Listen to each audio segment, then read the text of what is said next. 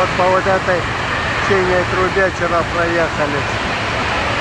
О, просто очень ощущения сильные, конечно. А здесь вот тут волны. И там волны создаются, и по ним можно кататься.